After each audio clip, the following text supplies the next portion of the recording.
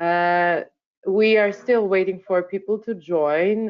Whoever is able to join right now. We are also welcoming everyone who is watching online on YouTube. We hope that this webinar will be useful for you. Let us introduce ourselves. My name is Irina Sharma. I'm a counsel and head of digital law practice at Seamless Legal. As you know, previously the firm was called CMS Russia, so now we are Seamless Legal. And I have my colleague here, yes? Yeah, my name is Vladislav Eltovskiy. I'm senior associate at Seamless Legal, and I'm part of the team who deal with personal data projects to greatest extent at our firm.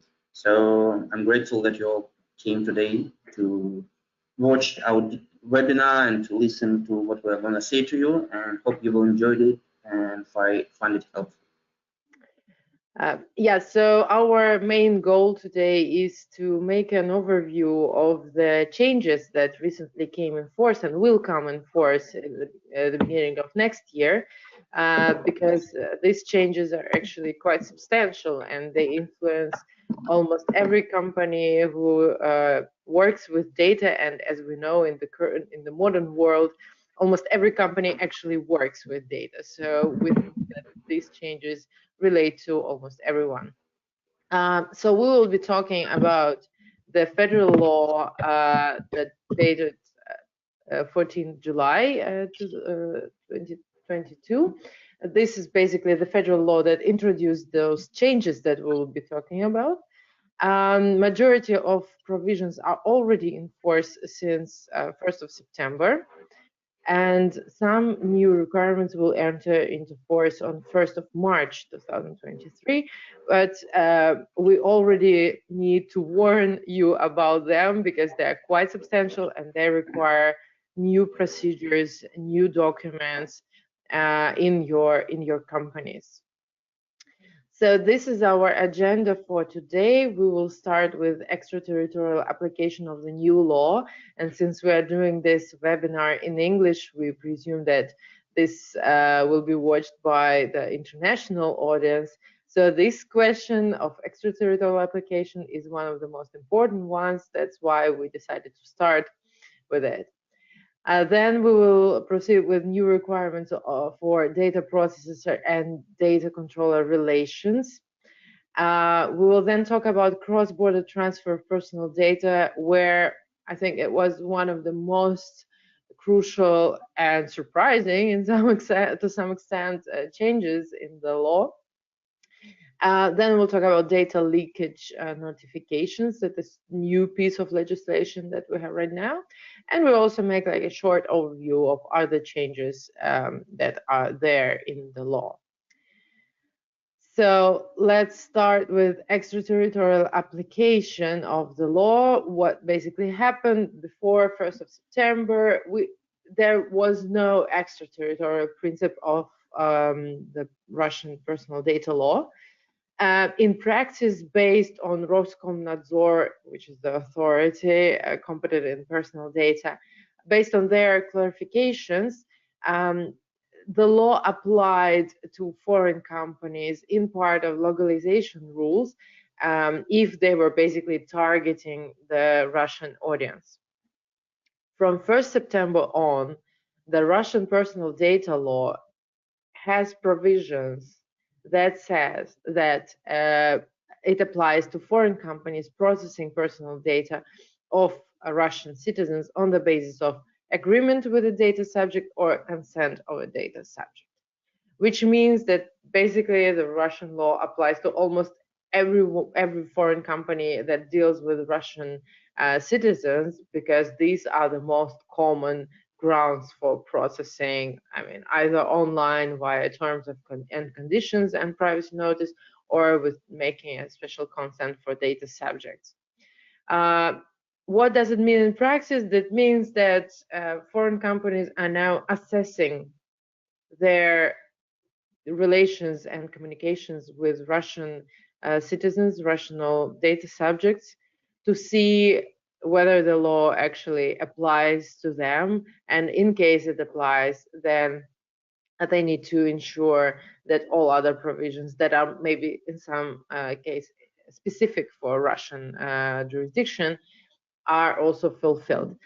So this is the major work that we are also assisting our clients with right now, and we believe that it will be more and more actual right now, because companies really need to understand whether the law now actually officially applies to them.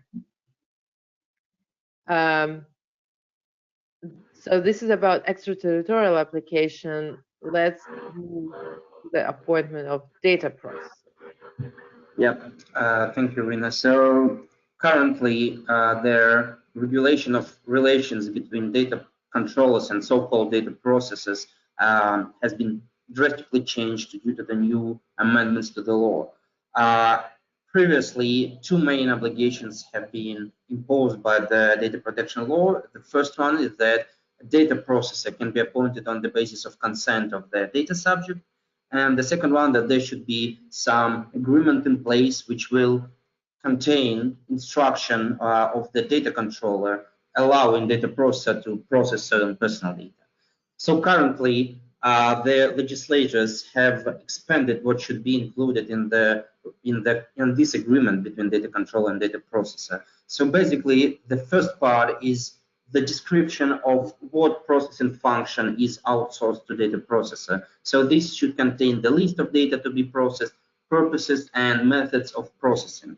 In other words, on the basis of this information, it should be clear from the agreement or from the instruction that like what process is given to the data processor to do on behalf of the data controller.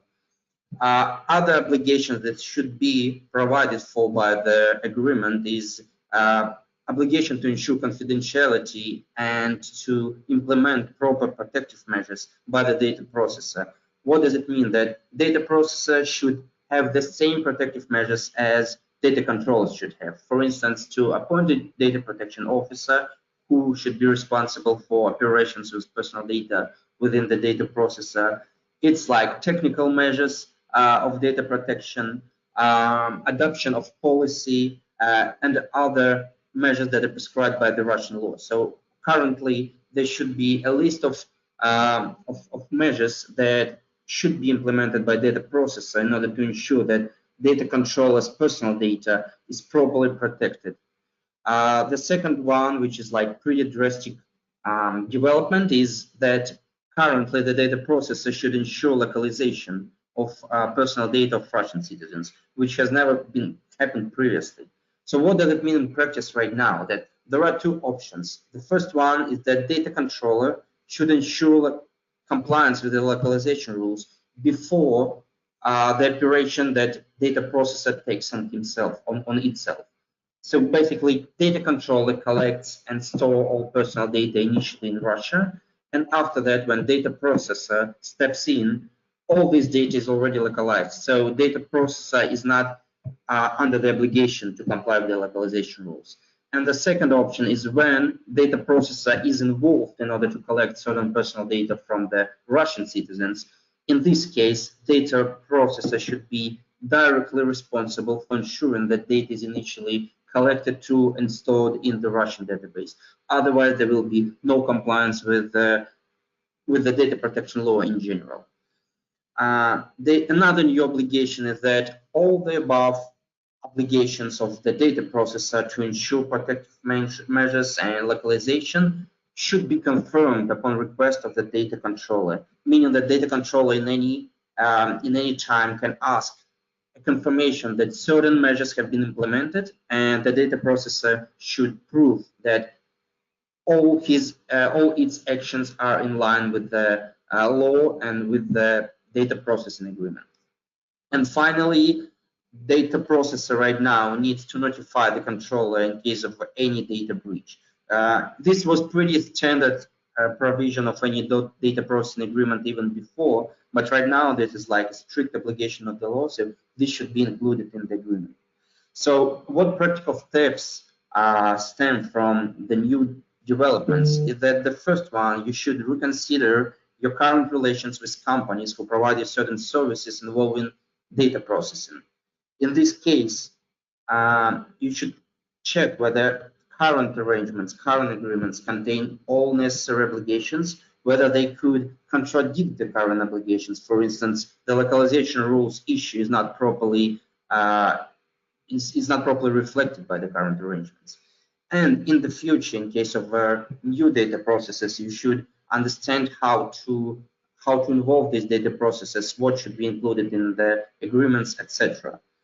We understand and we have faced this now, like by ourselves, that it's not that easy sometimes to negotiate that, like data processes who provide you, for instance, payroll function or some other basic function, they're not usually ready to take all obligations on themselves. So it's like sometimes pretty hard to negotiate all these obligations. So we really recommend to follow risk management approach and to understand where you can push the vendor to provide certain safety for you in terms of protection of personal data, and where you can be milder and take some liabilities on yourself. Especially it happens right now with foreign vendors who are not keen to ensure compliance with Russian law. So there should be a really clear approach towards negotiations with the current data processes. And finally, what should be mentioned in respect of the new data processor regulations is that usually, as it mentioned in almost all laws, including GDPR, that usually data controller is liable to data subject, meaning that if data subject believes that his or her personal data rights are somehow violated, he or she usually goes and make a claim against data controller. The new rule has been introduced that now, if data controller involves foreign data processor, the data subject can make a claim against this foreign data processor. We understand that the purpose of the legislator was to kind of force international vendors to be more compliant with the law by foreign data processors who have a lot of negotiation powers usually somehow process personal data not in line with the Russian law. They could directly go to the data processor and find them liable for the violation instead of data controller, which makes life a little bit harder for foreign service providers who supply certain, let's say, IT services or payroll services or HR services to Russian companies. So for foreign companies, especially in light of the change of extraterritorial principle, this should be really taken into account in order to assess their business processes in Russia. That's it for the data processor relations right now. So this is an expanded sphere of the law that should be taken into account when you structure your personal data compliance procedures. So let's move on to the cross-border transfer. This is another really hot topic right now. So currently, and we will not spend a lot of time on the previous legislation, and if you're interested in that, you can find our previous webinars on our YouTube. They are quite detailed, I think, in terms of cross-border transfer and localization requirements. But we will talk about the changes. So basically from 1st March of 2023, no written consent for transfer of data to non-adequate, so-called non-adequate countries will be required. So basically, you can transfer data to any country, regardless of the adequacy of the protection in it, on a general basis. It can be a general consent, it can be performance of agreement, legitimate interest, which is not that popular in Russia, but still is there in the law. So you can use any general basis and no written consent will be required. This could be a really good news if there were no additional requirements that come into force. So the first thing that the controller must do, the controller must conduct an assessment of the recipient of personal data in another country. This assessment, it's quite new for the Russian law, although we know that for the European law it's not that new, that such assessments are made in case of cross-border transfer. But for Russian controllers, this is something definitely new and fresh. So we need to learn how exactly to make those assessments. But basically, it's kind of a questionnaire to know about the legal regime of personal data protection in the country, about the technical measures that are taken by the recipient of the data, and other factors. After this assessment, the controller needs to file the notification to Roskomnadzor, the authority, before the transfer. We will talk about the notification in the next slides. And this is also a very new procedure. But what we want to mention here is that the list of the new list of the countries providing adequate protection of personal data will enter into force on 1st of March 2023. Basically, it includes all countries that are there now, European countries, China, India, Singapore, Japan. So these are the most, I think, popular jurisdictions for the transfers. Right now, still, there is no United States of America, as you can see. And I'm not sure that it will be included in the list in the foreseeable future. So in case you deal with like online shops or any other online services that are hosted in the US, then this whole procedure may be even more burdensome. So let's see what's about notification. Notification to Roskomnadzor must include quite a lot of information.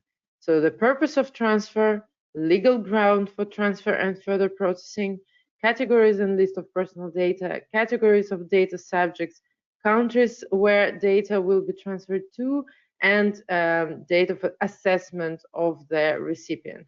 Although it's called notification, meaning that you can just notify and go on, basically it's applying for permission.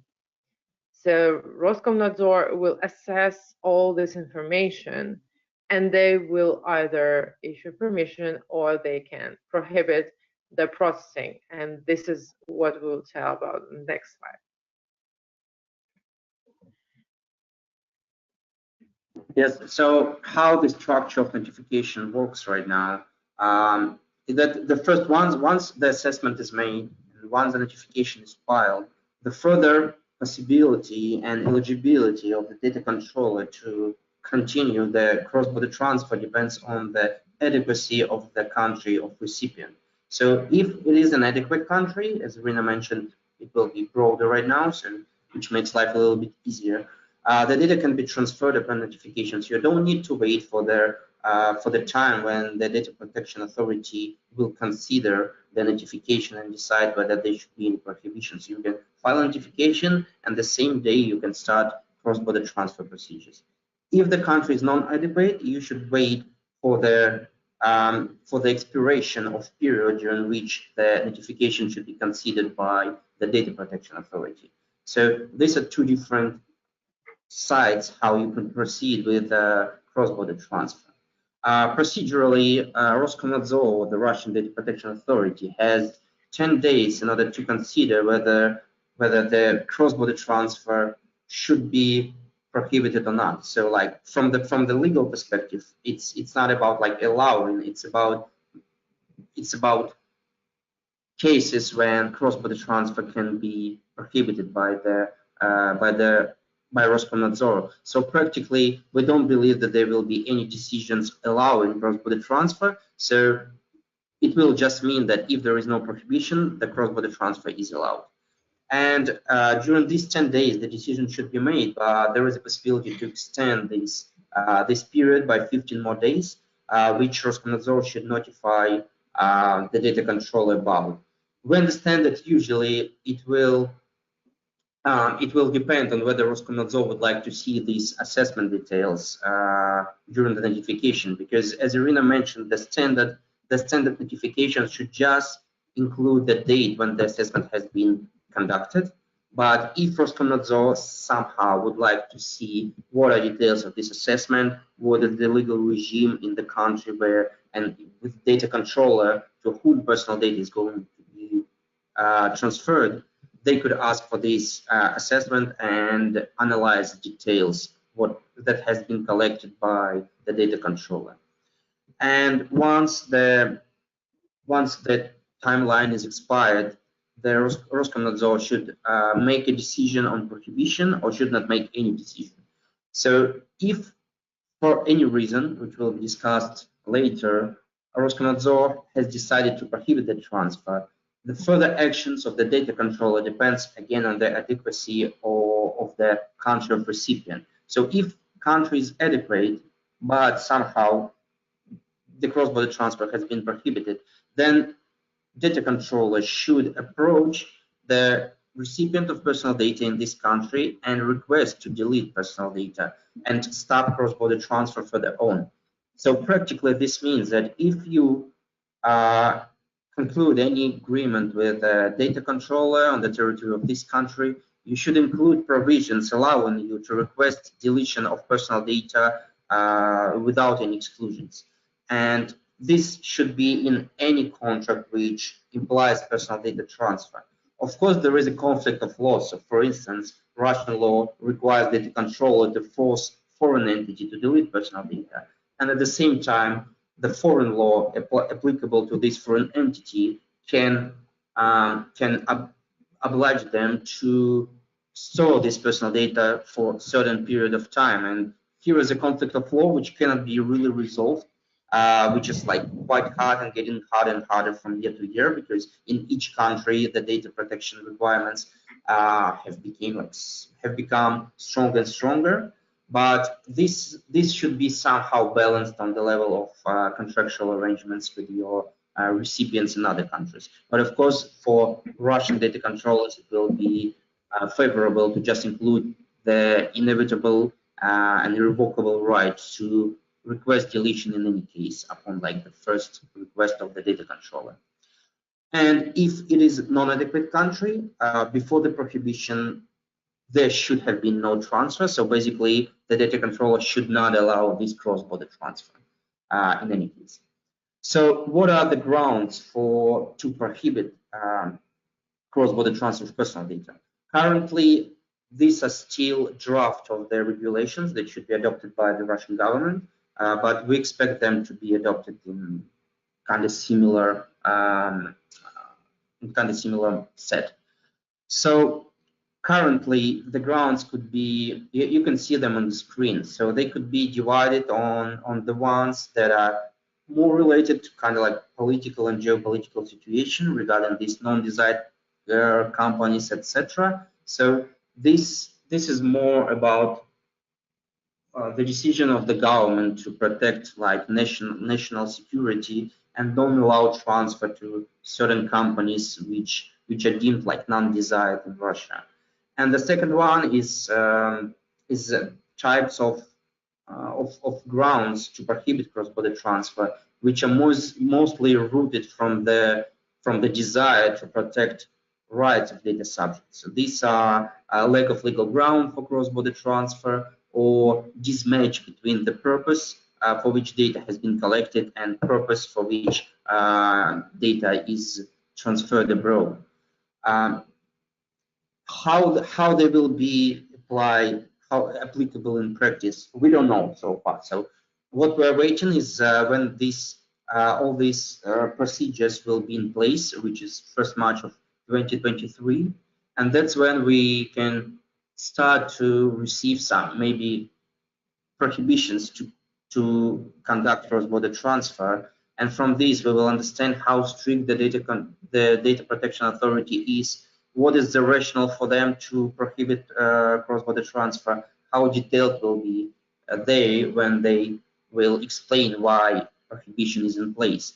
So this is something that we look forward to right now because there is no practice, and this is very new requirement under Russian law. But definitely, the practical step right now would be to understand where your processes and cross-border transfer could be risky in the future. So, for instance, you have important business process which is linked to the cross-border transfer, and you understand that, for instance, that it's somehow collected with the companies which are now under some pressure in Russia. So it's better to have a plan B right now if after 1st March of 2023 this cross-border transfer can be prohibited. So there should be always a plan B for certain important business processes which can be triggered in case of any unnecessary and unexpected prohibition of cross-border transfer. This is a practical step that should be done by almost every company right now, because otherwise, like within 10 days, you can be in a position when you should either break the law or stop your business process, which can be crucial for business interests. And regarding grounds, this is like the first grounds. It's the ground that is considered during like this 10 days or 25 days consideration of notification. And besides that, there is a separate procedures when different authorities in Russia can apply to Roskomnadzor and ask them to imply a prohibition for cross-border transfer to certain country or to certain company.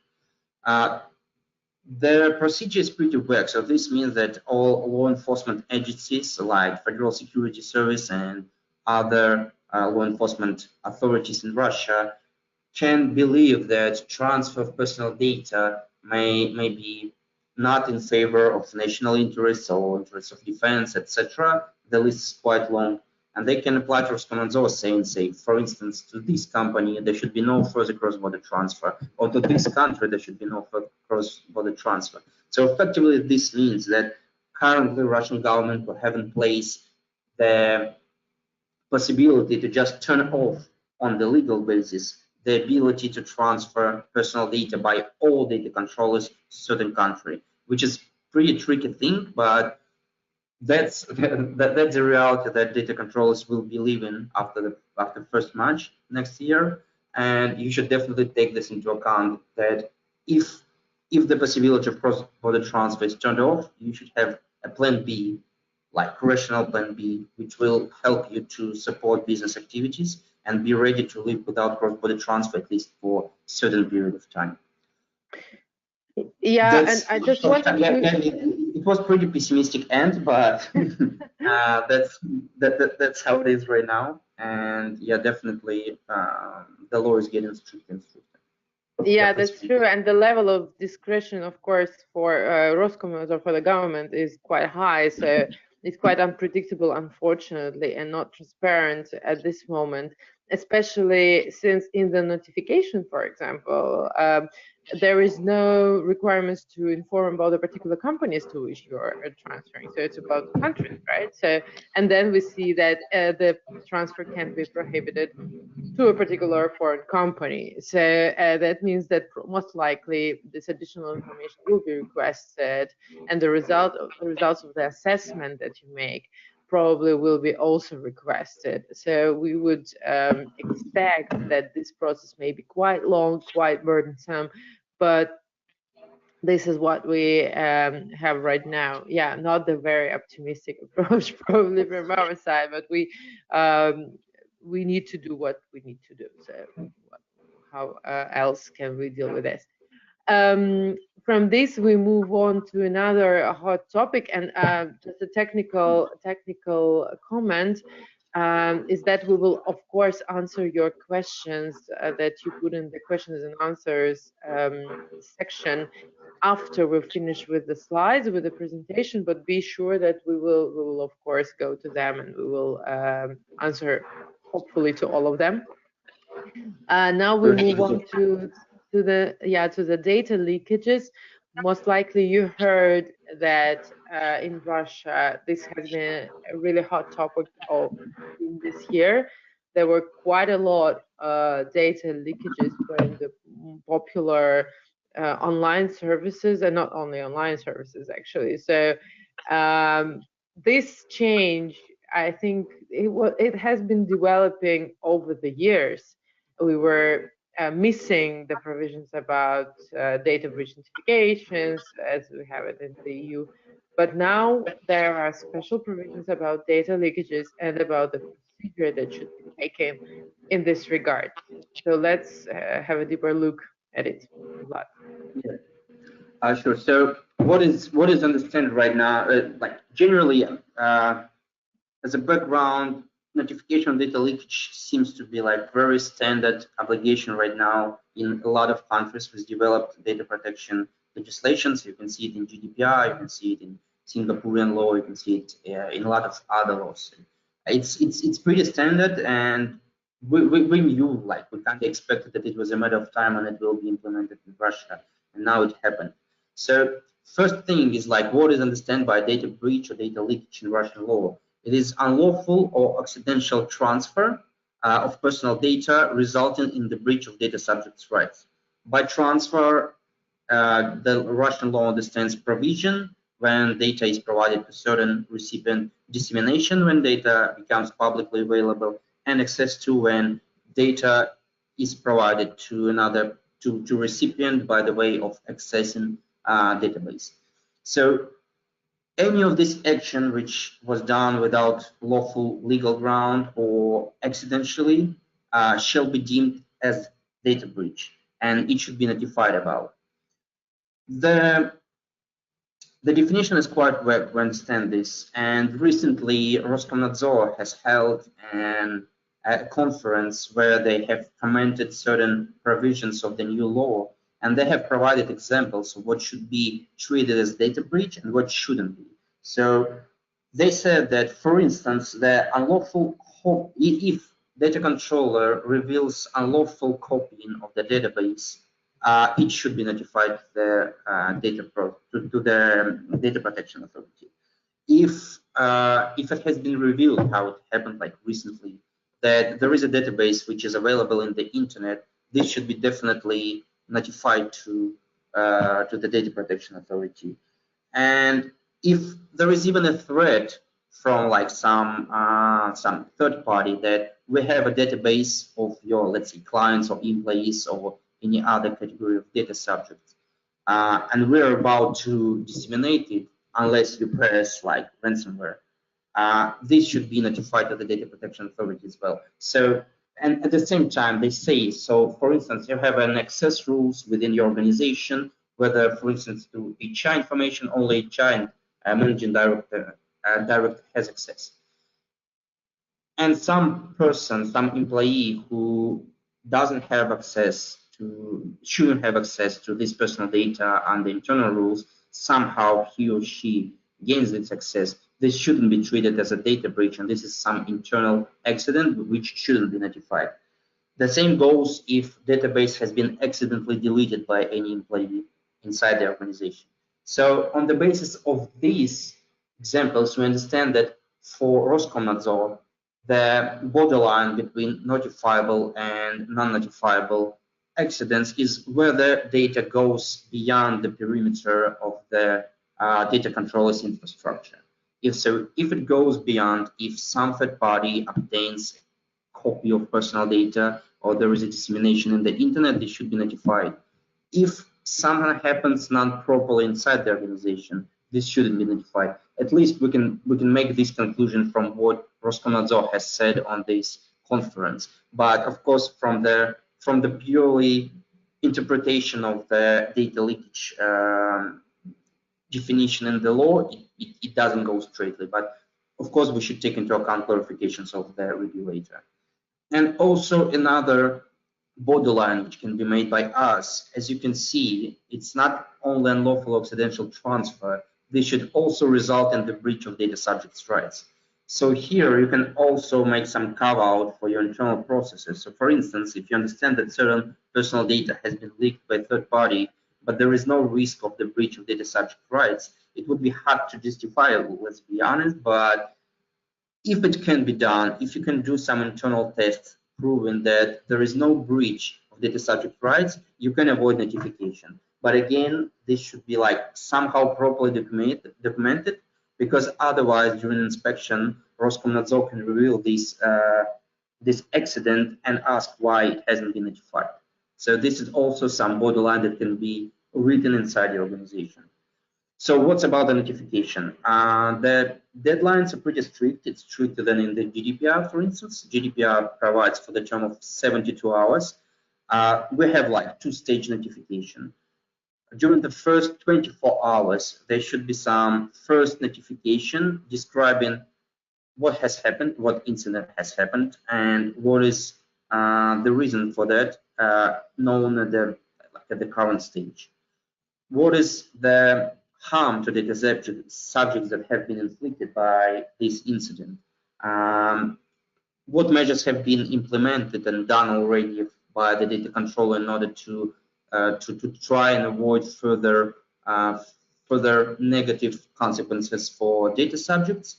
And details of a contact person, most probably DPO in the organization, who will be in charge for communication with the data protection authority. So this should be basically the description of what has happened in the organization due to the data breach.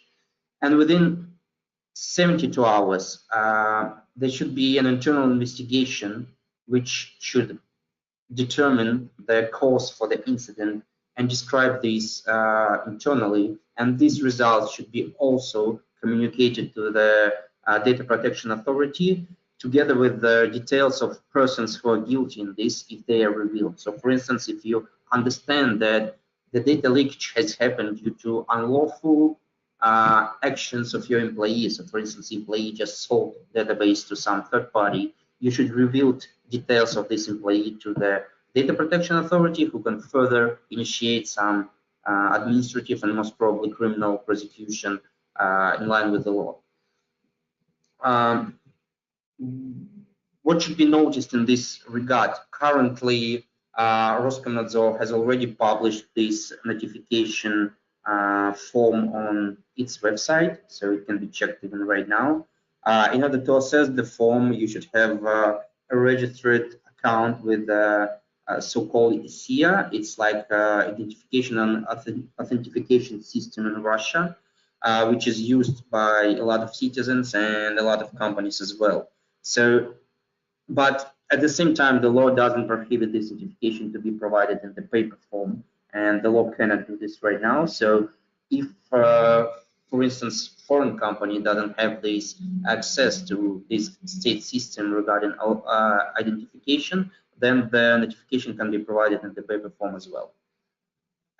So what are practical steps that are recommended to do? Like generally, it's only like data controllers only obliged to notify regarding data leakage. But of course, given the tight timelines, there should be some established procedure inside the organization to understand how quickly react to data leakages and what to do if it happens. Because otherwise, it's hard to create a plan what to do within 24 hours and to be able to collect all information. So once it happened, you should have like a detailed plan who is responsible for what. So IT manager should do this, DPO should do that, legal department should do other stuff, and all this should be properly indicated in your incident response plan. Otherwise, it will be very chaotic to understand what and who is doing what.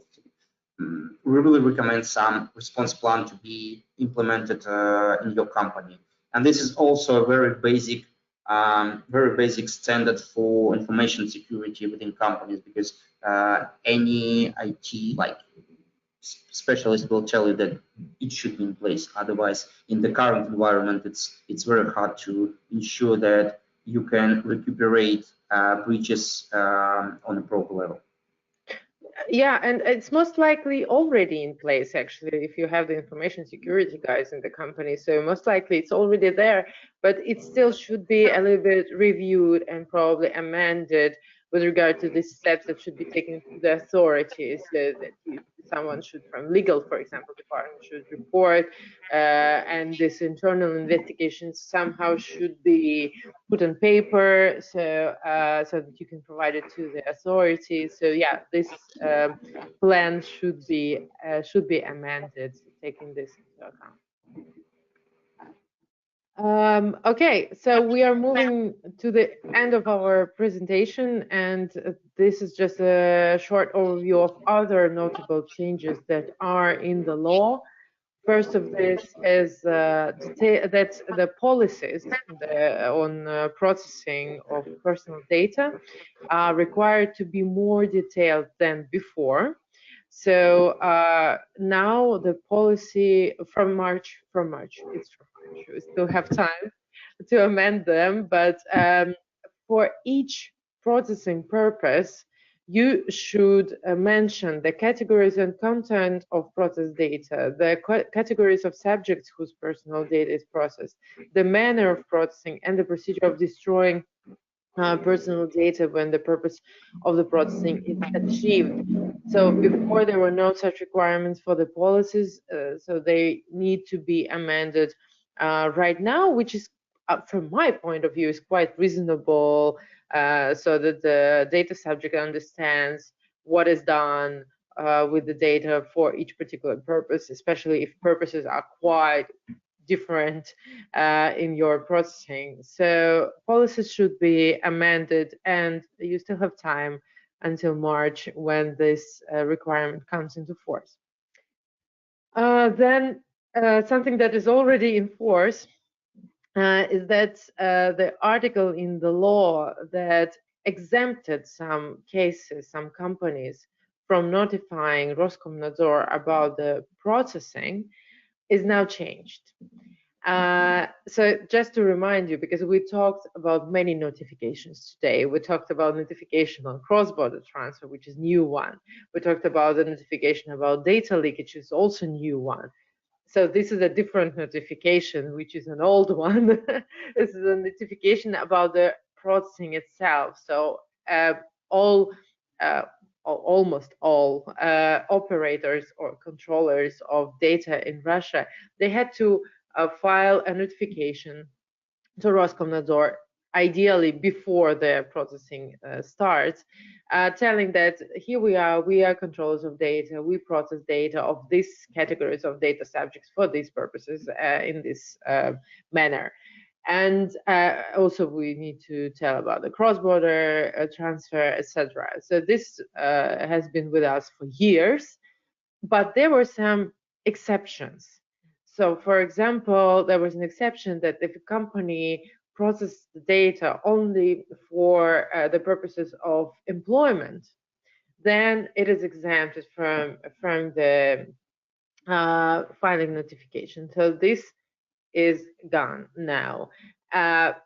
Even before this change, Roskomnadzor always told that they believed that all companies need to file a notification about processing of data, that those exceptions that were in the law, they are quite narrow, and they would apply to like a small amount of companies, that mostly many companies, they should file this notification. So now it's not only in the clarifications and comments of Roskomnadzor, but also in the law. Basically, all companies have to file this notification to Roskomnadzor.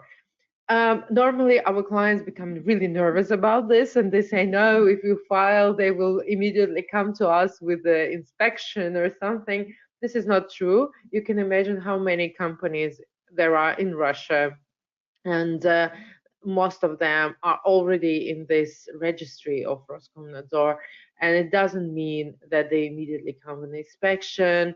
It just means that you comply with one of the requirements of the data protection law.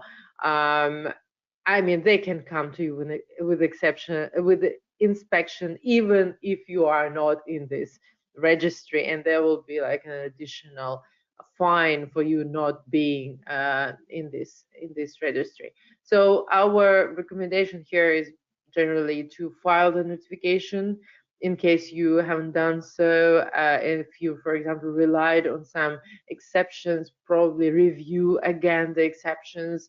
There are still some of them in the law, but they are even narrower now, so I don't think they will apply to most of the companies. So, and file a notification, it's not scary, it's quite simple and easy, but it's, I mean, it closes one of the most popular questions and finds why a company didn't file a notification. So yeah, this is not very scary, probably not very pessimistic change, but an important one because many companies relied on those exceptions. Yes, and also among other changes which we wanted to tell you about is one of them is shorter terms to respond to data subject requests. Previously, the term was like different for different types of requests, but usually it was 30 days to respond to the request. Currently, it has been shortened to 10 working days. So if you receive any request from data subject, you should understand what to do with it within like shorter timeline. And this means that there should be also a process, like a procedure in place, how to react to data subjects once you receive them, who is responsible for checking and responding to it, and indicating proper timelines within the organization so that you know what to do if request is received, how to react to it in such tight timeline. So this is not like a drastic change, it's just about that all your processes related to personal data should become Swift right now. It goes from like notification on data breach right now, reaction to data subject requests, etc. So yeah, this should be a proper function within your company, which is know what to do in case of any non-predictable things that could happen right now. Another notable change is limitation of the applicability of the legal ground called as like conclusion and performance of agreement with a data subject. So this is pretty popular legal ground right now because it allows you to avoid collective consents, and at the same time it's pretty solid ground to prove that you have the right to process personal data of an individual. It was like used a lot by a lot of companies, and currently the legislator has imposed some additional restrictions when it can be used and how it shouldn't be used. So first restriction is that this ground cannot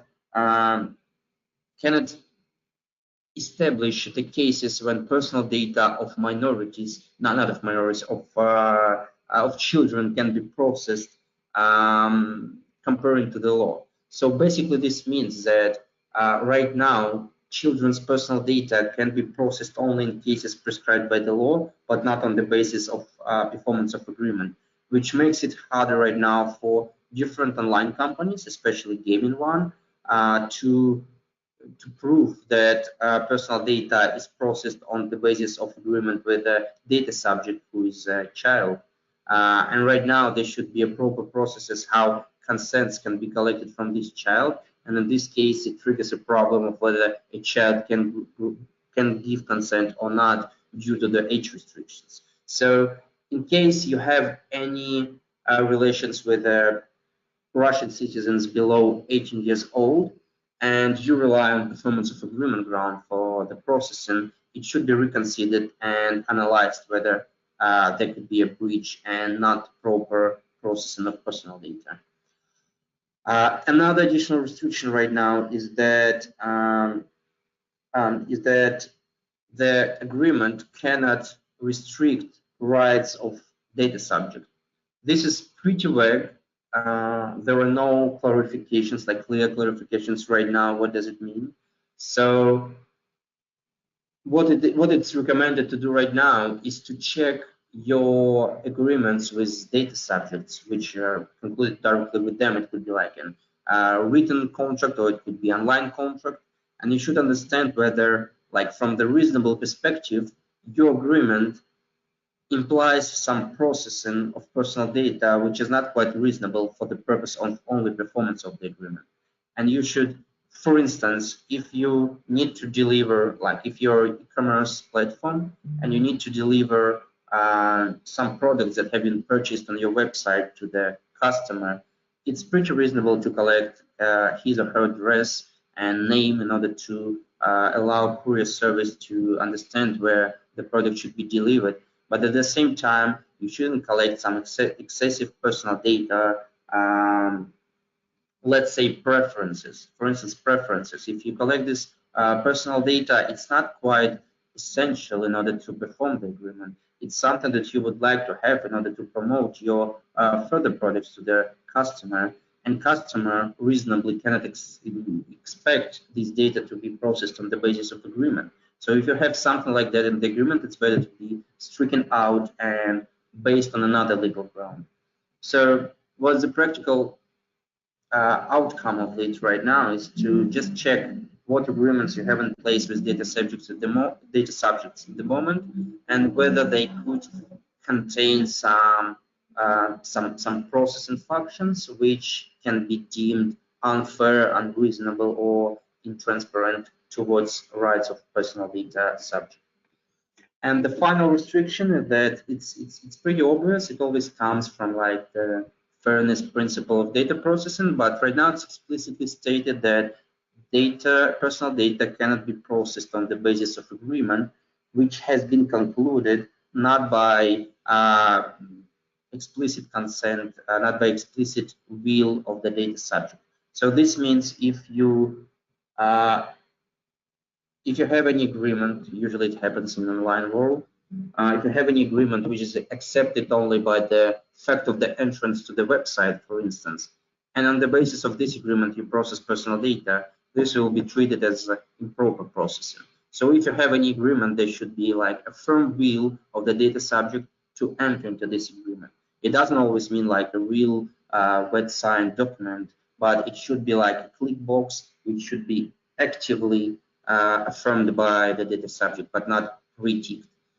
Yeah, so it's quite basic requirements, quite basic best practice right now to not allow customers and users of website to accept documents without any active action, but sometimes it happens, so you should be warned about this right now. So there are quite like other notable changes as well, but I think like we're quite limited in time. But maybe like to sum up with this is that in Russia, I think we follow the general tendency around the globe to protect personal data stricter and stricter from year to year, because I think every government already recognized that personal data and data in general is a new valuable asset that is important for business, for government, for citizens, and it should be properly regulated. And that's why everywhere we see that rules become stricter and stricter. So Russia follows the general trend here, and it's important to know that we should also expect some increase of inspection activities of the Data Protection Authority, and also that the fines can become stricter as well. Because currently we had an increase of fines a couple of years ago, and right now we see that there is an active discussion and actually a bill proposing new fines for data breaches, which will be based on the gains of the company in Russia. So this means this will be some turnaround fines.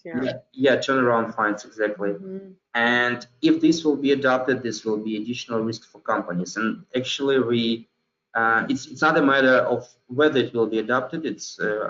I believe it's a matter of when. Most probably pretty soon. So yeah. So definitely personal data processes becomes more important for everyone, and you should really take care of them right now, because from year to year it will become stricter and stricter. Yep. Yeah, so let's conclude like a sum up, wrap up of our presentation today. First, there is the extension of extraterritorial principle. Foreign controllers need to check the applicability of the Russian personal data law now, most likely if you deal with a Russian data subject the Russian law will apply in full now, so you really need to take this into account. Proper contracts with data processors are required. As we said, there are extended requirements for those, and foreign data processors are now liable directly to data subjects, not via the data controllers, which is something quite new, and also extraterritorial. There are major changes in cross-border transfer procedures. It's highly regulated operation right now, so the companies should also establish new procedures with all these assessments and notifications to the authority. Also, data leakages should be monitored and disclosed via the notification to the authority and with the investigation made into the company. And there should be a special procedure for the company, in the company, for this case as well. And in general, as Vlad said, personal data compliance becomes more topical sphere for every company, and there are other changes that show us that each company should amend its documents and procedures related to personal data, the policies, reviewing the grounds, the general notification to Roskomnadzor. So all this now is quite up to date and should be done. So this is the end of our slides. Just a couple of more useful information. So if you would like to receive our newsletters, our alerts about the recent changes in legislation, please subscribe. Here you will see the link and the QR code, of course, and also we place our videos of our webinars on our YouTube channel. This one will be there as well, so you can also subscribe and watch. I think they are quite useful. Some of them are in Russian, some in English, so please use this source as well. So we are ready to move to questions and answers. We thank you for the attention. These are our contacts in case you need any assistance or you have any questions that you would like to discuss with us. Please feel free to write us. Let's move to the questions. Our colleagues will duplicate them in the chat, so you can also read them, not only hear them. Yep. So I think I will start with the first one. Yeah. Sure. The first question is when is the localization requirement is not fulfilled in terms of the data processor? When data processor should comply with the localization rules. So it's quite complex.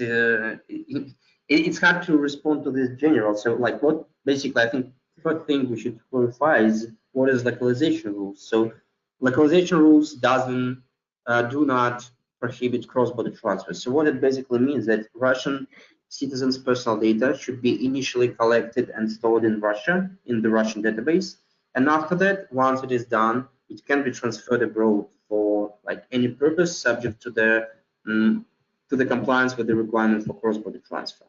So if you have, let's imagine like you need to you buy some, let's say, HR solution in order to assess how efficient your employees are, and in order to use this HR solution, it is usually based abroad. So if this HR solution collects certain personal data which is not already stored in Russia, they should ensure compliance. So for instance, if they automatically collect data regarding how many times an employee was in front of his or her laptop, this is additional personal data that is collected by this data processor, and this data processor should ensure that it is initially collected in Russia. And here are two ways how to deal with this. The first one is that data controller will say, okay, let's do it through my database. So initially this data will be collected in Russia, and after that I will transfer it to your platform where you can assess this personal data. And this means the data controller will ensure data localization rules by itself, and data processor will not need to do this again. Or the other way around is data controller says that no, it's your obligation to comply with their personal data localization rules, and in this case, the foreign vendor should ensure that there is alternative solution how to collect personal data from Russian clients and to do it through some, let's say, leased server with a Russian data center. So this should be assessed on case-by-case basis, but generally there are ways how to comply with the localization rules even with foreign vendors. And we saw them in practice when, like, if the Russian market is important for the foreign vendor, sometimes they create a separate way of data flows in order to comply with the localization rules and ensure that their clients are happy. So this can be discussed like on different levels. Yeah, let's move to the next question, which is quite big, I would say. So basically, it says in case there is like a B2B contract with foreign partner, and in terms of this B2B contract, there are personal data of signees, basically those people who sign the contract and the contact emails, which is of course a personal data. Would this be considered as cross-border transfer of personal data, and is the notification to Roskomnadzor actually required in this case? This is a good question. Well, I know, Vlad, do you want to comment? Yeah. Yeah, I initially see that we should, I think, separate two cases when it's like import or export. I think it's two different cases. So as far as I understand, import export contract about the sale of goods. Yeah, I think it's the thing is about the data of those people who sign and those people who are contact persons. Well, I mean, technically, yes, there is some transfer of data, but I don't know. If I really would like not to count this as like a processing of data, you know. But at the same time, probably it is. I'm not sure that Roskomnadzor said anything about this specific case, like about the data of those who signed the contracts. But from the general perspective, it can be a transfer of personal data from Russia to foreign countries. Yeah, I think it depends. Like if you are there, if you provide personal data in order to for the products to be delivered to Russia, this will be a cross-border transfer because you give details of a person to whom certain products should be delivered to, like, let's say, company in Germany or Turkey or China. So you provide this information in order to perform agreement with this person. So this is a cross-border transfer. In other way around, you just collect personal data from your partner in these countries. So this doesn't mean like it's cross-border transfer for them, but it's not cross-border transfer for you. For you, just collection of personal data from them. So here, cross-border requirements are not triggered. So if we stay with the case when you provide personal data, as we said, like from 1st March 2023, there is like you will not need to receive a written consent for that, so you can justify this cross-border transfer with some like reasonable legal ground. And I can see that like not performance of agreement, but performance of agreement where data subject is a beneficiary could be like a suitable option, depending on like how all data flows are structured. And in terms of the notification requirement, I think, yes, you should notify the Data Protection Authority about this. But again, this should be, you can just provide the general notification, and this will be one of the processing operations, one of the business process that involves cross-border transfer. Hope this helps. Yeah. And I think the question relating to this one, what liability can be assigned to a Russian legal entity that is already carrying out cross-border transfer if such an operator does not send a notification to Roskomnadzor by March 1st or of its intention to carry out cross-border transfer. Yeah, so yeah, currently there is no specific liability for the breach of this obligation, but we already know how it works. So there are two ways actually. So we have in the code of administrative offenses, we have like specific personal data related clause which provide liability for different types of violations, let's say like failure to collect written consent or failure to publish privacy policy, etc. So the first part of this clause, it provides like a general violation when data is processed not in line with the law, like without proper legal ground. And this general provision is used inter alia for data breaches right now. So we see that companies who have been caught with data breach sometimes are related, sometimes are sanctioned with the reference to this clause, which provides a fine up to 100,000 rubles, which is roughly 1,000, I think 1,600 euro. So it's not quite high fine, but we see that this is one of the options how companies who fail to comply with the new notification requirement can be fined. And another way is another clause, also very general in the Code of Administrative Offenses, which provides a fine for the failure to provide information to the state authority when it's required to be provided. There, the fine is very minor. It's 5,000 rubles, which is roughly like 100 euro. So one of these options can be used. For the general notification, we know that Roskomnadzor usually refers to the second option, where the fines are super minor. In case of this notification, it sounds reasonable that the same approach should be taken because certain information is not provided to the authority. But we cannot exclude that, like that they will try to stick to the clause which provides for higher fines. Yeah, I think this is most probable because I mean this is kind of a condition for this transfer. You know, we say it's notification, but basically for non-adequate countries, you cannot start until you get the permission. So basically, it's a condition. So if you transfer and you do not get this permission, that it's more likely that you actually process the data in the manner that is incompatible with the purposes of its collection.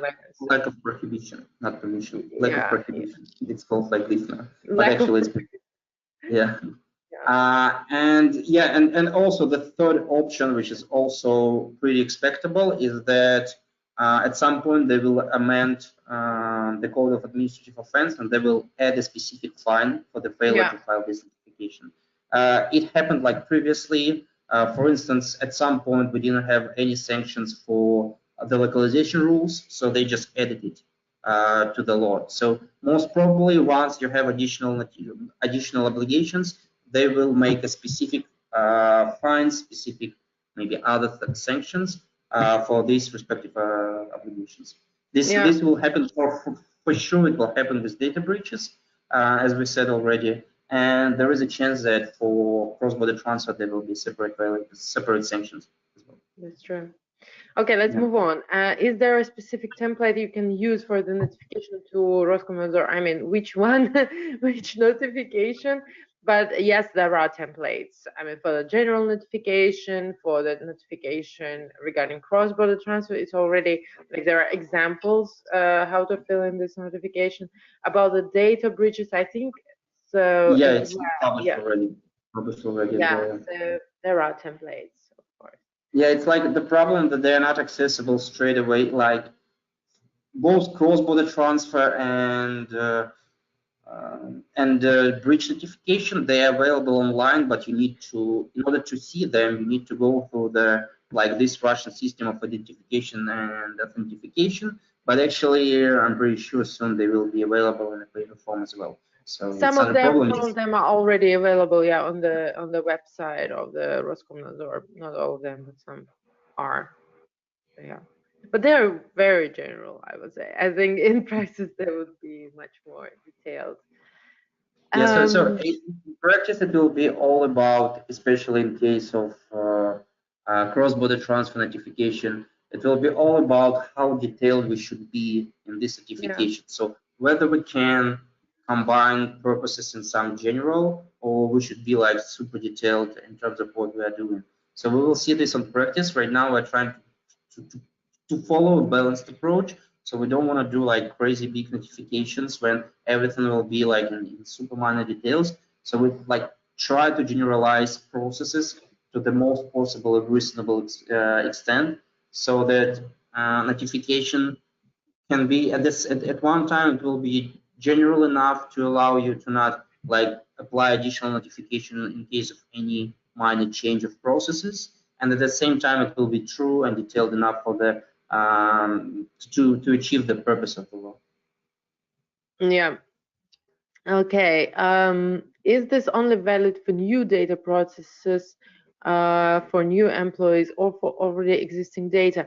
I'm not sure to which it related, probably to the cross-border transfer, but it basically relates to all transfers that you have. Yes.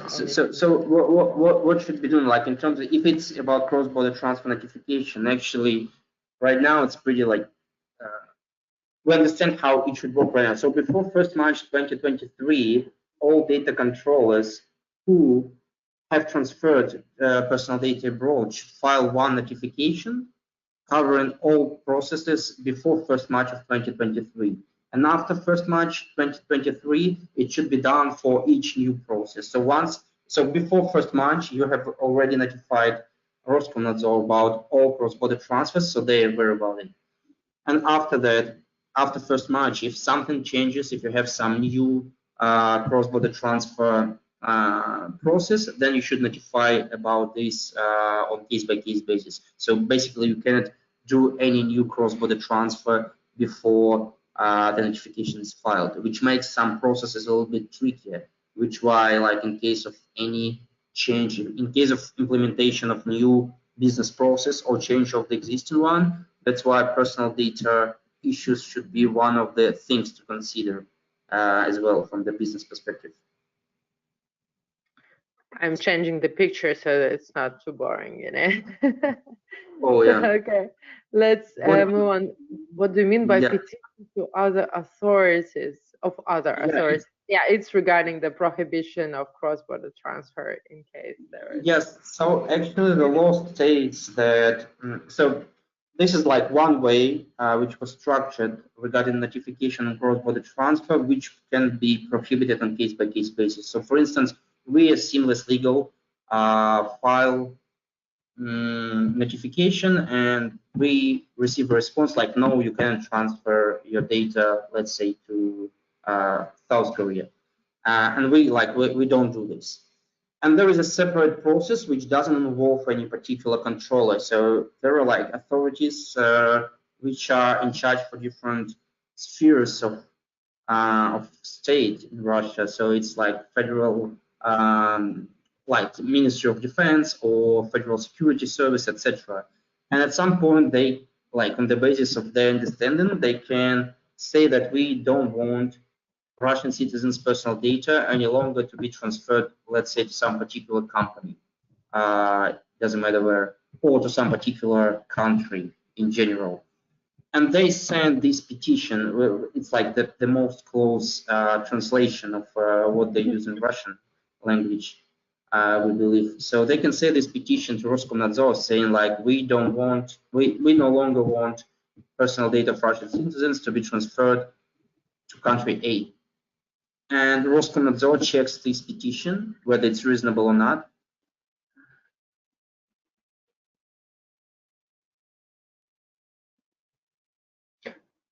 I believe there is a problem with the sound.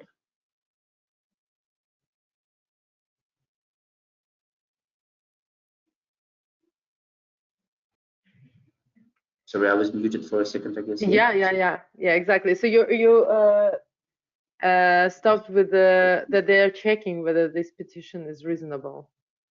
Yes, so they could check whether the petition is reasonable, and if it's if they believe it's reasonable, they can prohibit transfer to certain country or certain company. And it's out of control for data controllers, so you cannot control this process at all. I mean, like you can afterwards, you can try and challenge this decision in the code, but in general, as a data controller, you should just check whether there are any new prohibitions. But actually, Roskomnadzor should warn you, should notify you about this. And if it is implemented on country or company level, you should check whether your current cross-border transfer processes matches with what has been prohibited and cancel them. Yeah. Unfortunately, this is quite vague at the moment. We do not know how exactly it will work and how data controllers will be notified and whether you can challenge at the moment of notifications. We don't know. So, but we're telling that this is the process. To respond to data subject, I think it's access requests. Now the term is 10 days will be calendar days or business days. Business is days. Yeah, it is explicitly indicated that it's business days, so it's like basically 2 weeks. 2 weeks, yeah. Is data transfer allowed if the recipient is an EU company but it uses the services of a US provider? For example, Microsoft Office 365. Is it enough to use data center in EU and the US entity is not a problem? I mean, if the recipient is so it's not a question about the data localization, right? So, I mean, if we were talking about data localization, that would not be enough because the data should be stored in Russia first and then transferred elsewhere. If you're talking about cross-border transfer, if there is the data center in EU, basically it doesn't really matter in terms of inadequacy, so-called from March. It's really not that major of a deal. Still, the notification requirement is in place. The assessment requirement is in place. But in case it's EU, not US, you can transfer data without waiting for the result of check from Roskomnadzor. You can just transfer it right away. If it's US, then you need to wait. And if there is no prohibition, then you can transfer it. So basically, this is it. I hope we answer your question. Yeah, I think it's also about whether there is like how the chain of transfers should be provided to the data protection authority. Because yeah, like initially we transferred to the European Union and after that to the United States. So in order to be like transparent to the most possible extent, of course, it's better to like show the whole chain of cross-border transfers, how it happens. Previously, sometimes it was a way how to avoid written consents because US is still treated as a non-adequate country from the privacy perspective. So in order to avoid collecting written consent, sometimes the data transfer was initially conducted to the European Union where written consent is not required. And after that, from European Union, there is a separate cross-border transfer, which is out of control from the Russian law perspective. So it was one of the ways how to avoid written consent requirements in the past.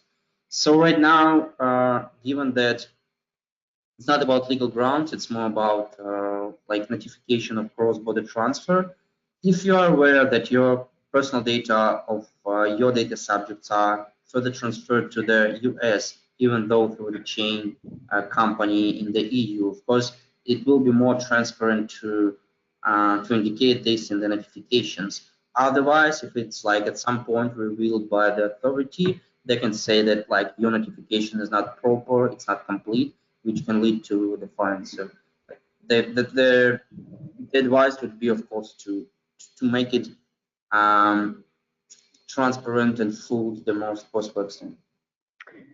Yeah, so and the next question is in Russian, but we will translate it. I think, what's the difference between the request of withdrawal of consent and the request on termination of processing? How can you divide these requests if there are different terms for reaction? I would say it's like one general and specific requests. So for me, like the demand to rectify, to not rectify, no, to stop, to cease any processing is more general comparing to the demand to the withdrawal of consent. So I would say if you base your personal data processing on the basis of consent, then you should to both of these requests you should treat as a revocation of consent, because if there is a clear will of the data subject to revoke consent, so he or she doesn't want you to process personal data anymore, it means that you should follow the term which is indicated for the consent revocation.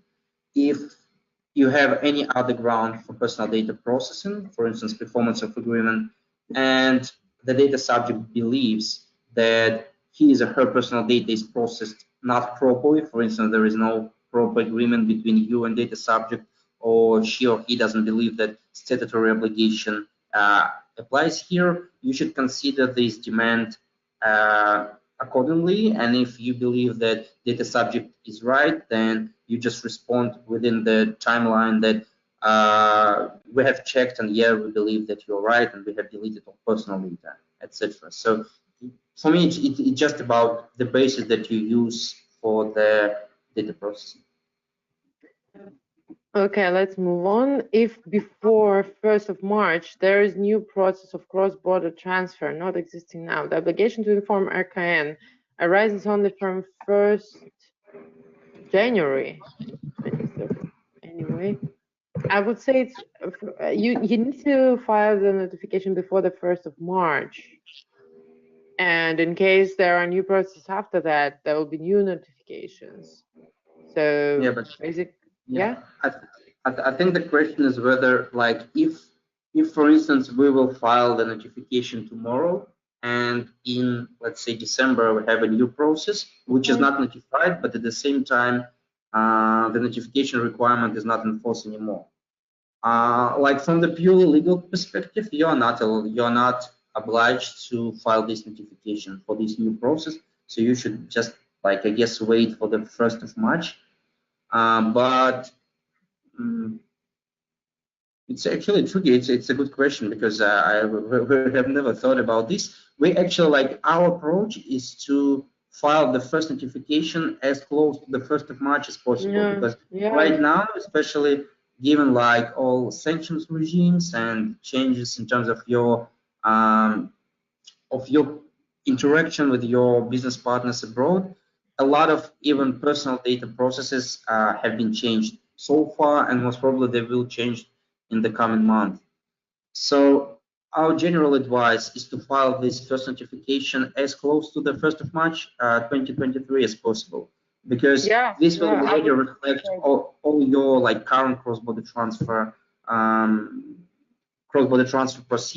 processes that have been changed over this month. Yeah, otherwise you will need to apply several times. That's really burdensome. Why would you like to do this? So I think we have the last question, and it's perfect timing because we need to wrap up. So there will be no planned audits from RKN in 2023 anyway, only in case of breaches. Am I right? I think I heard something about postponing the audits. Not sure about 2023. It was about 2022. Yeah, I also remember that it was also only about 2022. Yeah, I guess we need to double check, but there were a lot of discussions because of this moratorium for the inspections and revealed data breaches over last months. There were, like, some public statements from officials that why currently there are no checks of companies who have breaches, and that's why they have, like, reconsider the ability to do audits. So, like, let's see, everything is changing in this regard. Everything changes so far. We can expect that in terms of support of business in 2023, there will be also some, like, milder regime of state audits in all spheres, including personal data. But at the same time, they can still do inspection if they reveal some violation, for instance, on the basis of complaint or on the basis of their systematic review of online activities of companies. Yeah, this so is yeah, not.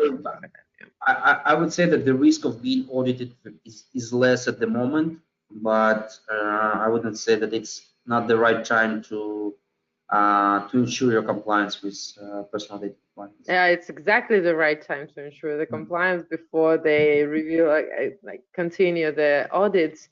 And in case you need any assistance, you know how to find us. We'll be glad to help. And I think we're done with all the questions. And thank you very much for your attention and for your really good and deep questions. It was a pleasure for us to hold this webinar today.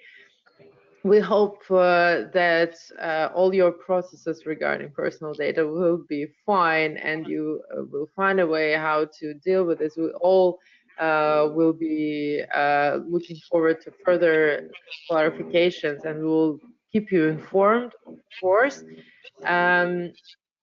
Stay healthy, be in peace, and have a great day ahead of you. Thanks a lot again, and see you again on other our events. Yeah. Thank you very much. It was a pleasure to speak to you. Have a nice day. Bye-bye. Thank you. Bye-bye.